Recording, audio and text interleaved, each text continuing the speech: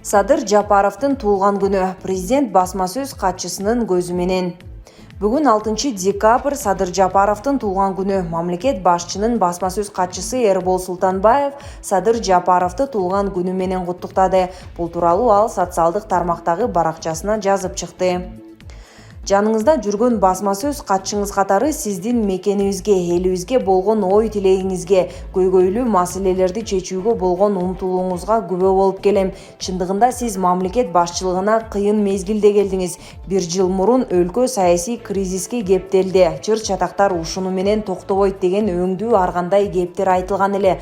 Ага карабастан коронавирус пандемиясынын кесепеттерине карабастан мамлекетти оор сыноодон алып чыгып кете алдыңыз. Өлкөбүздүн экономикалык көрсөткүчтөрү жакшырганы байкалууда. Албетте, мында өлкө жетекчилигинин кыраакы, чечкиндүү, ошол эле учурда коомчулуктун пикири менен эсептеше билген саясаты чоң роль ойноду. Буга эл дагы күбө. Садыр Нуркожоевич, туулган күнүңүз менен дагы бир жолу куттуктап, ишиңизге ийгиликтерди, үй бүлөңүзгө бардык жакшылыктарды каалайм. Кыргыз мамлекетибизди өнүктүрүү үчүн алдыга койгон максаттарыңызга жетүүгө, дымактуу пландарыңызды ишке ашырууга бекем ден соолук тилейм деп жазылат куттуктоодо. Булак супер чекиткейжи.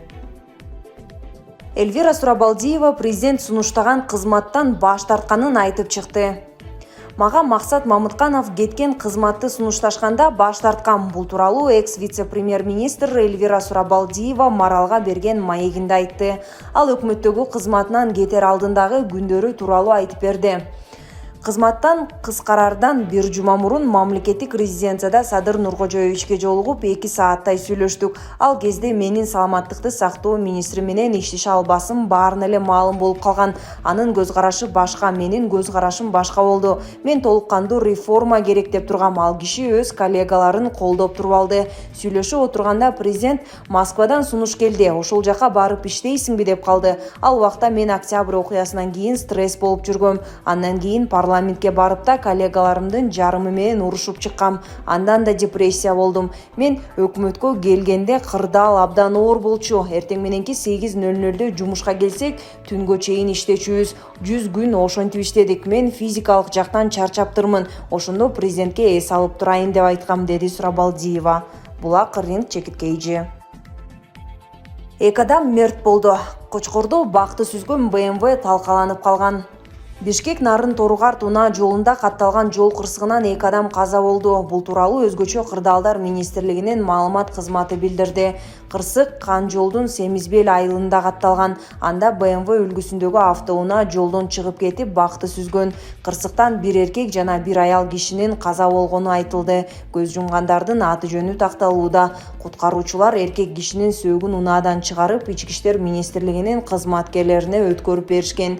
Жерине 4 куткаруучу, ИИМ кызматы жана тез жардам кызматы тартылган. Булак Спутник чекиткейжи. Баткенде чегарачы аскерлердин санын азайтуу сунушталды. Президенттин Баткен облусундагы өкүлү Абдикарим Алимбаев менен Тажикстандын Согдо облусунун жетекчиси Раджобой Ахмадзонанын жолугушуусунда кыргыз-тажик чегарасында чегарачы аскерлердин санын кыскартуу сунушталды. Тажик тарап алардын ордуна чектеш аймактардагы коопсуздукту милициянын көзөмөлүнө өткөрүүнү сунуш кылды. Бул тууралуу президенттин Баткендеги өкүлүнүн орун басары Маруфхан Туллаев Азаттыкка билдирди. Анын айтуусунда мындан тышкары чегарадагы аймактарга курулуштарды экинчи тараптын макулдугу менен гана куруу сунушу айтылды. Президенттин Баткен облусундагы өкүлү Абдикарим Алимбаев менен Тажикстандын Согдо облусунун жетекчиси Раджабой Ахмадзо да 3 декабрда Кулунду өткөрмө бекетинде жолугушту. Анда тараптар кыргыз-тажик чегарасындагы соңку окуяларды талкуулашты. Жолугушуунун жыйынтыгында чагымчыл аракеттерге бөгөт коюу үчүн чектеш аймактын тургундарына түшүндүрүү иштерин жүргүзүү макулдашылды. Мындан сырткары чегарачы милиция жана жергиликтүү бийлик өкүлдөрүнө чегарадагы терс көрүнүштөрдүн алдын алуу жана болтурбоонун ыкчам аракеттерин көрүү боюнча тапшырмалар берилди.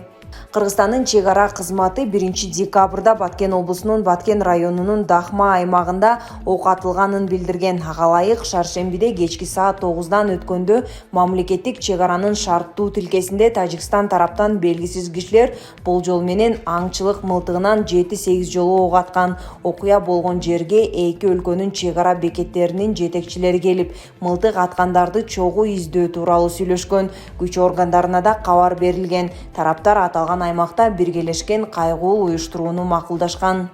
Ушул күнү Баткен районунун Көкташ айылынын тургунун кошуна өлкөнүн жарандары сабап ооруканага түшкөнү, кыргызстандыктар да бир тажик жаранын кармап алып, кийин бошотушканы кабарланган. Кыргыз-тажик чек арасындагы такталбаган аймактардын айынан тез-тез жаңжал чыгып турат. 2021 жылдын жазындагы куралдуу кагылышта эки тараптан ондогон тургундар, аскерлер көз жумган. Булак Назарньюз, Чекиторг.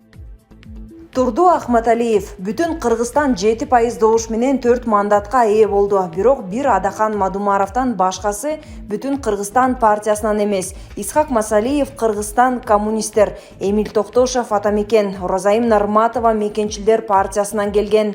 Демиккен таз демиңди бас деген ушул. СССР менен жогорку кеңеште кандай өзгөрүү жасаар экен, Адахан партия аны убакыт көрсөтөт. Мен бүгүнтөн баштап бул партиядан кеттим. Өзүнүн мүчөлөрүн барктай албаган партия өзгөгө жакшылык кылмак беле.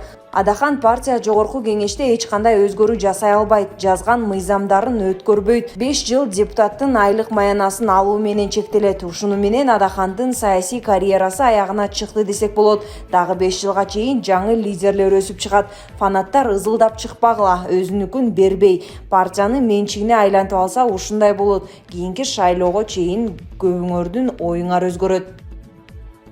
Өмүрбек Текебаев бул инсан кыргыз саясатынын башкыга арманы. Текебаевдин кадырын билбеген эл арасындагы акылсыздар Текебаев өлгөндө түшүнөт эмгектерин. Текебаевдин кылгандары көзгө көрүнбөйт, ал курулган үй же санала турган акча эмес. Текебаев кыргыздарга тең укуктуулук, сөз эркиндиги, мыйзамдуулук, саясий көз караш, бомуш менен президенттин укугу бар экенин далилдеп, мыйзам үчүн кызыл чеке болгон инсан. Жаман көрсөңөр, жаман көргүлө, бирок бүгүнкү Текебаевке кылган бийликтин мамилеси чочко оонаган балчыктай эле. Мен билем, Текебаевди том китеп кылып жазсаң, дүйнө эли сатып алып окуй турган китеп чыгат. Бирок бийликтегилердин бүгүнкү кылганы жеткен акылсыздык. Мыйзам деп күйгөн адамга бандиттер мамиле кылган мамлекетте көшөгө артында не болуп жаткандыгынан кабар берет. Чынында Текебаев кыргыз парламенти үчүн керек инсан. Ачык эле айтайын, 7-чакырылыштын шайлоосунан уткан 6-чакырылыштын депутаттарына жалгыз Текебаев түтө турган адам. Эл оозунда элек жок, эсиңерде болсун. Текебаевди сөгүп атасыңар, жамандап атасыңар. Керек болсо ошол сөздөрдү коомдо колдонуу үчүн да Текебаевдин эмгеги бар. Себеби сөздүн эркиндиги, элдин эркиндиги деп күйгөн бир кездери ушул адам болгон. Азыр да ушул адам күйөт. Мен Текебаевдин партиялашы же жакын тууганы эмесмин. Мен ал кишинин иши менен кыргыз саясатындагы орду менен тааныйм. Акылы кыскалар, акылыңар жетпесе башка жаңар менен ойлонгула. Мага ысык суугу жок. Мундуз Жапаров.